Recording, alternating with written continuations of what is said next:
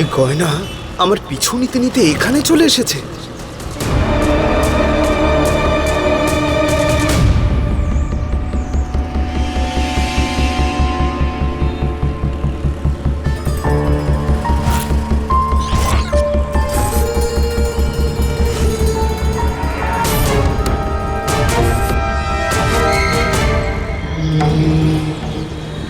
আরে দূর, ওর এখনই আসার ছিল।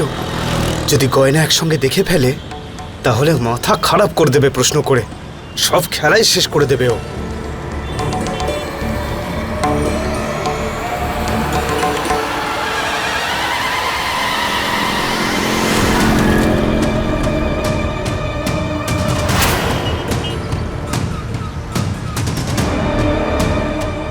এই গয়না যেন কোনো মতে আয়ুষ্মান কোথায় আছে জানতে না পারে।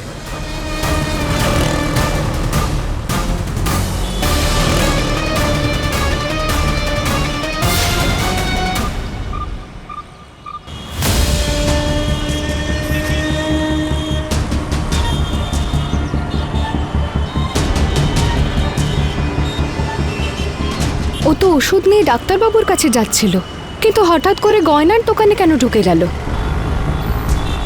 দেখতে হবে।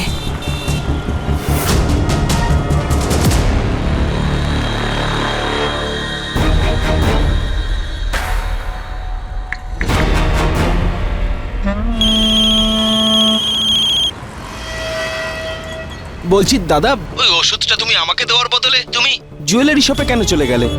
এই বোকা, গয়না আমার পিছু নিতে নিতে এখানে এসেছে। একবার চোখ ঘুরিয়ে দেখ, তুইও দেখতে পারবি।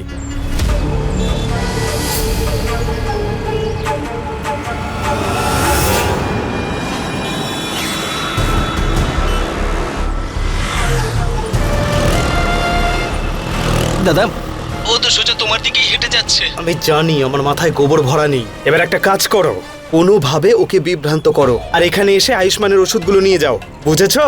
আর একটু বুদ্ধি খরচা করো, এমন কাজ করো যেন বুঝতে না পারে কিছু যে আমি তোকে ওষুধ দিতে এসেছি। ঠিক আছে দাদা।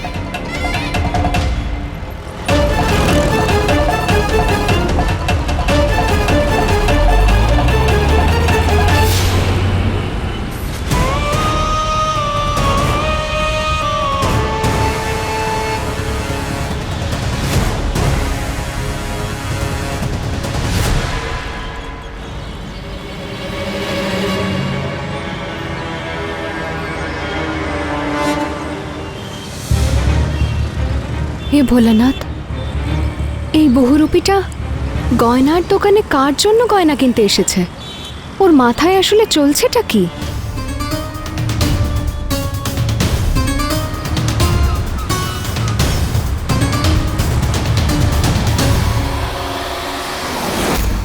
আরে বাবা, সাবধানে, তোমার কোথাও লাগেনি তো? দেখে হাঁটতে হয় তো। তোমার মন কোথায় ছিল? আর তুমি একলা এখানে? তোমার মা বাবা কোথায়?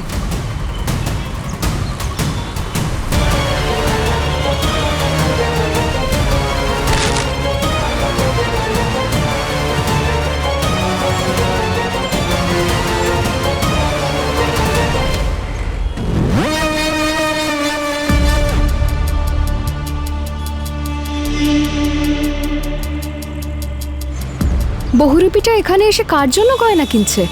যদিও ডাক্তারবাবুর জন্য ওষুধ কিনে থাকে, তাহলে সেখানে যাচ্ছে না কেন? এখানে কেন এসেছে?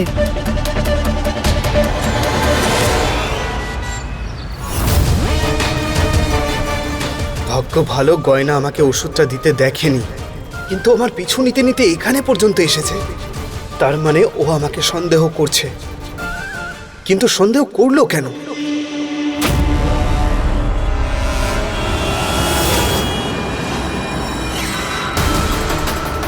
হে ভোলানাথ, এই বহুরূপীটা আমাকে দেখে ফেললো না তো? হে ভগবান, ওকে জানতে পেরে গেল যে আমি ওর পিছনে এসেছি? তাই জন্যই ও ডাক্তারবাবুর কাছে না গিয়ে এখানে এই গয়নার দোকানে ঢুকেছে। না, ওর সন্দেহ হলে চলবে না। এখন আমি কি করব?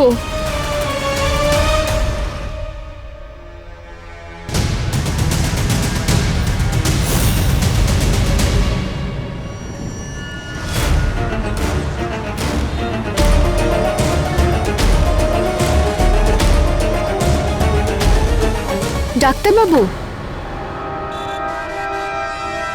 আপনি এখানে কি করছেন? এ তো আমার কাছেই চলে এলো।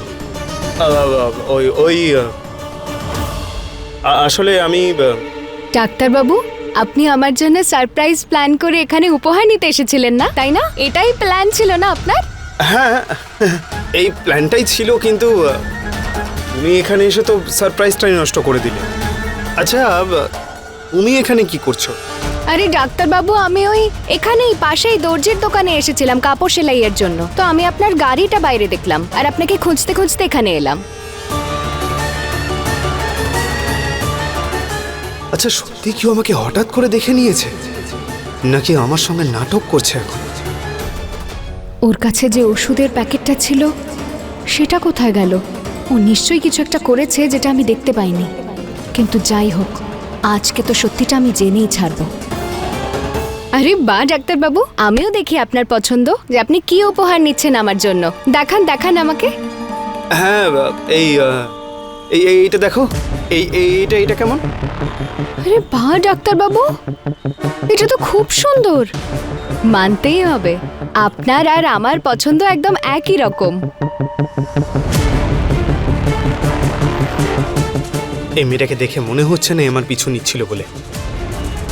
ভালোই হয়েছে, ফালতু ফালতু চিন্তা করছিলাম আমি। মনে হয় ও বিশ্বাস করে নিয়েছে যে আমি ওর পিছু করছিলাম না। কিন্তু এবার যতক্ষণ না জানতে পারছি যে ডাক্তারবাবু কোথায় আছেন, আমাকে আরো বেশি সাবধানে থাকতে হবে। আমি এখানে থাকতে পারবো না। আমার মনে হয় এখান থেকে আমার চলে যাওয়াই উচিত। কিন্তু মা, তুমি এমন কেন বলছো? তুমি কেন এখানে থাকতে পারবে না? আপনি দেখলেন না গয়না কিভাবে গ্যাস অন করে চলে গিয়েছিল? এখনো পর্যন্ত ফেরেনি ও। ও তো ভাবতেও পারছে না যে আপনার কিছু একটা হয়ে যেতে পারতো। কি বিপদটাই না হয়ে যেত। আমি ছিলাম বলে আপনাকে বাঁচাতে পারলাম। কাল যদি ওর এই উদাসীনতার জন্য যদি আমার কিছু হয়ে যায়, তখন আমাকে কে বাঁচাবে? আমি আছি তো। আমরা দুজন শাশুড়ি বৌমা আছি তো। আমি তোমাকে রক্ষা করব। তুমি যেভাবে আমাকে বাঁচিয়েছো ঠিক সেইভাবে আমরা দুজন শাশুড়ি বৌমা দুজনে একেবারে বন্ধুর মতন থাকবো। মানে আমি বলছি যে আমি শাশুড়ি হয়ে তোমাকে সম্পূর্ণ রক্ষা করব। হবু শাশুড়ি মা। হ্যাঁ হ্যাঁ, সেটাই।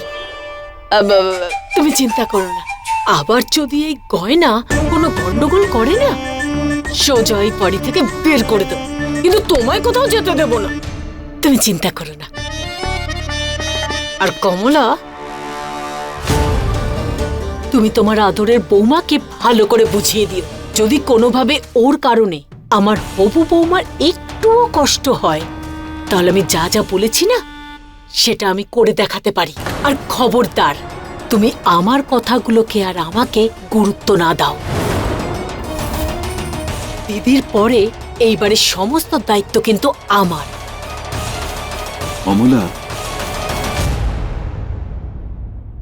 বৌদি একদম ঠিক কথা বলছে। তোমার বৌমার উপর তোমার একটুও কন্ট্রোল নেই। এত দেরি হয়ে গেল, এখন ফেরেনি কেন বলো? এই তো বৌদি এসে গেছে।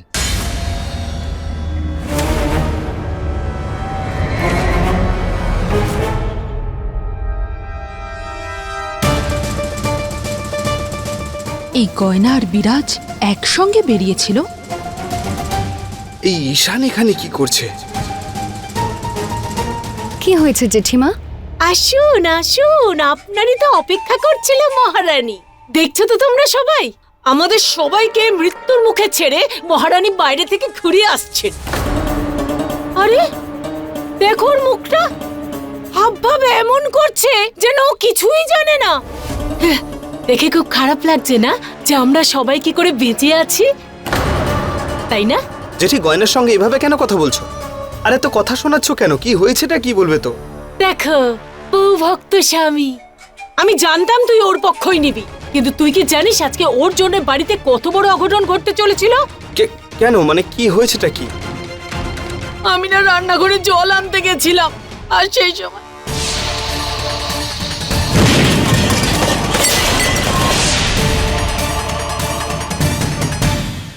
আর সেই জন্য আজকে আমার সারা গায়ে মলম লাগাতে হয়েছে। আমার ভাগ্য ভালো যে আমার বৌমা হঠাৎ করে এসে আমাকে বাঁচিয়ে দিয়েছে। আরে জেঠিমা, এটা কি বলছেন আপনি? আমার ভালোভাবে মনে আছে, আমি যখন এখান থেকে বেরিয়েছিলাম তখন আমি গ্যাস বন্ধ করে গেছিলাম। আচ্ছা, তাহলে তুমি বলতে চাইছো যে ভেতরে গিয়ে আমি গ্যাসটা অন করেছি, আর তা নইলে ঈশান অথবা এই। আপনি এভাবে বলছেন কেন?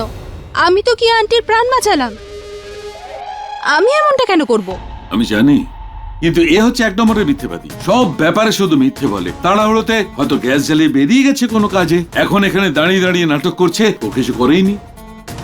না বাবা, হ্যাঁ আমি তাড়াহুড়ো করে বেরিয়ে গেছিলাম, কিন্তু আমার ভালো করে মনে আছে যে আমি বেরোনোর সময় গ্যাস বন্ধ করে বেরিয়েছিলাম।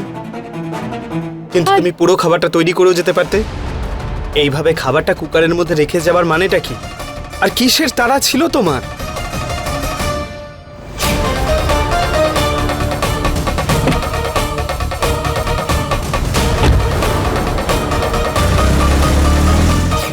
আরে ডাক্তারবাবু, আমি আপনাকে বললাম না আমি দর্জির দোকানে গেছিলাম, আর আজকে ওই দোকানটা তাড়াতাড়ি বন্ধ হয়ে যায়, তাই আমাকে তাড়াতাড়ি যেতে হলো।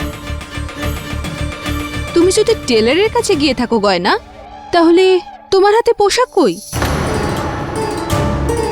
হ্যাঁ, আমার বৌমা একদম ঠিক কথা বলেছে। যদি সত্যি দর্জির কাছে গেছিলে তাহলে জামা কোথায় দেখাও? কি বলি এবার? আমি তো বলতেও পারবো না যে এই বহুরূপীর পিছু নিতে নিতে আমি ডাক্তারবাবুকে খুঁজতে গেছিলাম।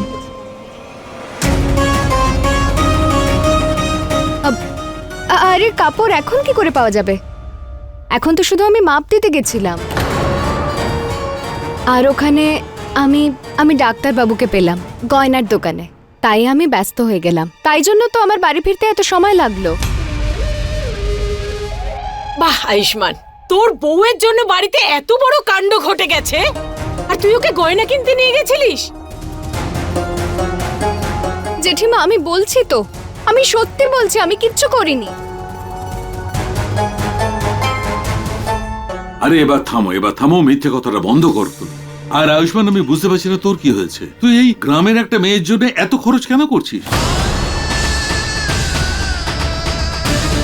আমি তো ভেবেছিলাম তোর বুদ্ধি খুলে গেছে, কিন্তু আবার তুই এই গয়নার পাল্লায় পড়েছিস। নাম গয়না হলে কেউ গয়না পরার অধিকারী হয় না।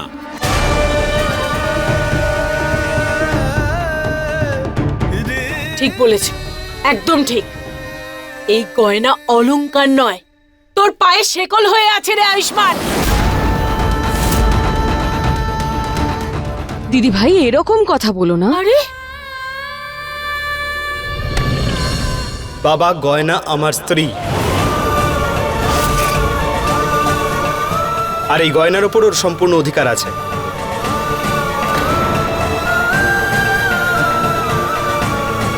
মানছি ও গ্রামের মেয়ে, ঠিক আছে, ওর সঙ্গে আমাদের স্ট্যাটাস মেলে না, আর ওর কাছে গয়নাটা বড় ব্যাপার। কিন্তু ওর জন্য আমাদের রায়সিংহ পরিবারের স্ট্যাটাস তো আর নামাতে পারবো না।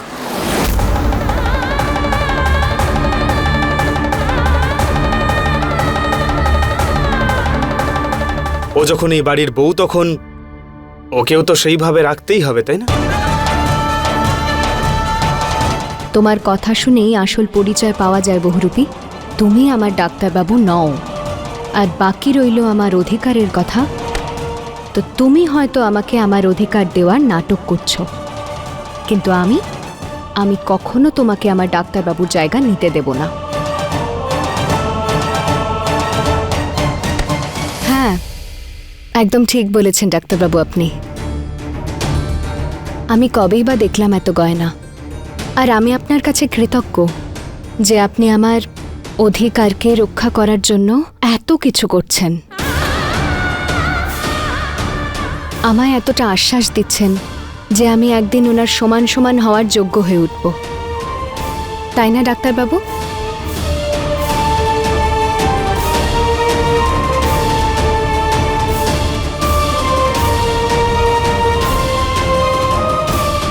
আর হ্যাঁ, ডাক্তারবাবু শুধু আমার জন্য নয়, আপনাদের সবার জন্য উপহার কিনেছেন।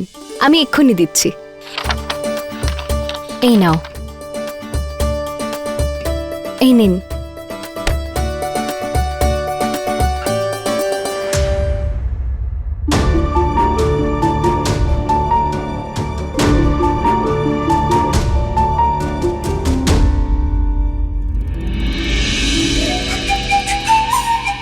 ওয়াও দাদা, এই ব্রেসলেটটা তো খুব সুন্দর।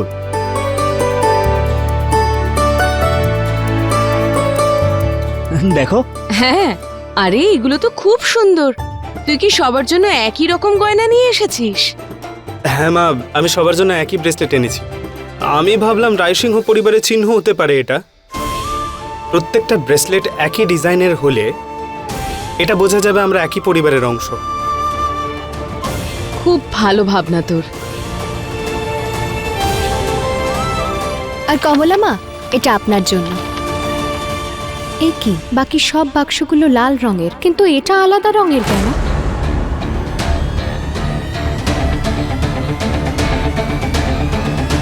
আরে এইটা না মা, এইটা তোমার জন্য।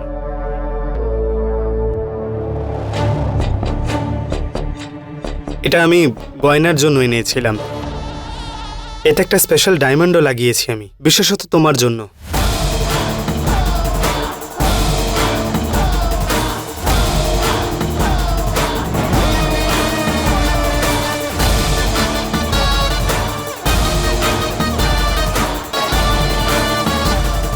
আমি খুব খুশি হয়েছি যে তুই তোর স্ত্রীর কথা এত ভাবিস।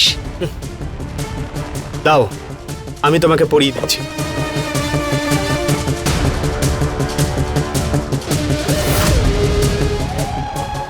এত ভাব কেন দেখাচ্ছে এই বহুরূপীটা আমার ওপর? কি খেলা খেলতে চাইছে এখনো?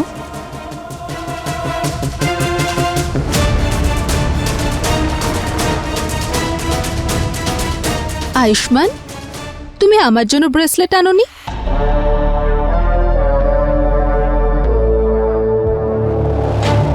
আমি জানতাম না যে তুমি এখানে থাকবে। অদ্ভুত তো, এত তাড়াতাড়ি আমাকে ভুলে গেছো। আমি কিচ্ছু ভুলে যাই না। আমার সত্যিই মনে ছিল না তুমি এখানে আছো, না হলে নিশ্চয়ই আনতাম। ঈশা, কোনো ব্যাপার না, তুমি এই ব্রেসলেটটা রেখে দাও, আমি দাদার থেকে আর একটা নিয়ে নেবো। Take it. না না, থ্যাংক ইউ ঈশান। আমি শুধু সেটাই রাখি যেটার উপর আমার অধিকার আছে, অন্যের জিনিস নয়। আর যদি আমার কিছু পছন্দ হয়ে যায় তাহলে সেটা আমি কেড়ে নিতে জানি।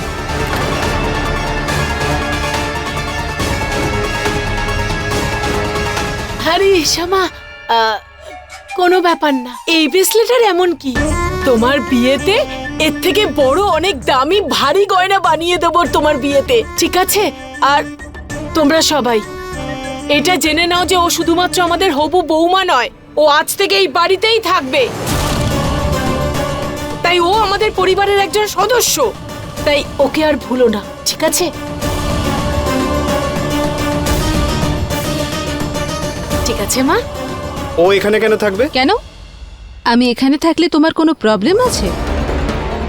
না, মানে বলছিলাম যে এখনো তোমাদের দুজনের বিয়ে তো হয়নি। বিয়ের আগে একই বাড়িতে একই সঙ্গে থাকা একেবারেই ঠিক না। আরে তো কি হয়েছে? আর তোর আয়ুষ্মান কি হয়েছে? তুই আবার এমন বুড়োদের মতন কথা বলছিস কেন? আরে এখন বিয়ের জন্য অনেক দেরি আছে। ও এখানে থাকলে আমরা ওকে বুঝতে পারবো, ও আমাদেরকে চিনতে পারবে। তুই চিন্তা করিস না, ও এখানেই থাকবে। পিসিকে না জিজ্ঞেস করে এত বড় সিদ্ধান্ত নিয়ে নিলে জেঠিমা?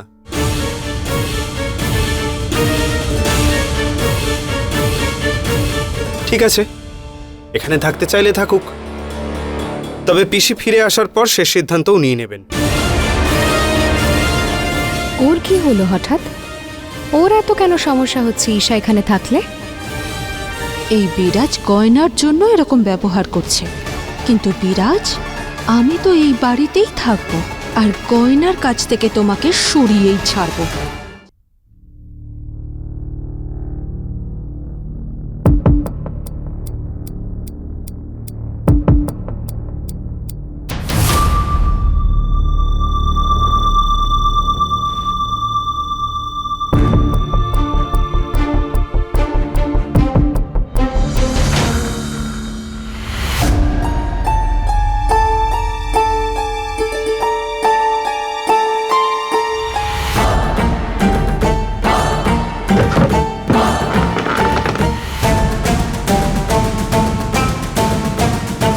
কেউ আছো?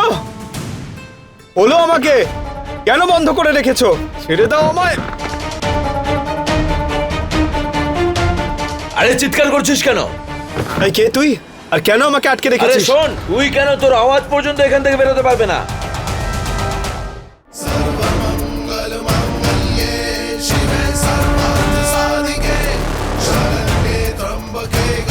হে ভোলানাথ, আমার ডাক্তারবাবু যেখানেই থাকুক, শুধু আপনি ওনার রক্ষা করবেন। চিৎকার করে ছাড়, আর এনে খাবার খা। আমি কিচ্ছু খাবো না, আমি এখান থেকে বাইরে যেতে চাই। এই এনে থু, আমি বললাম না আমি কিচ্ছু খাবো না। শোন,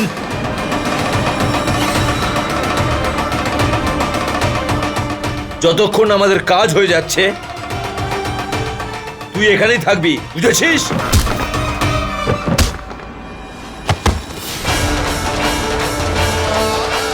আমি জানি না এই বহুরূপীটা আমার ডাক্তারবাবুকে কোথায় লুকিয়ে রেখেছে, আর ও কি করতে চলেছে ওনার সঙ্গে। হে ভোলানাথ, ডাক্তারবাবুর রক্ষা করবেন।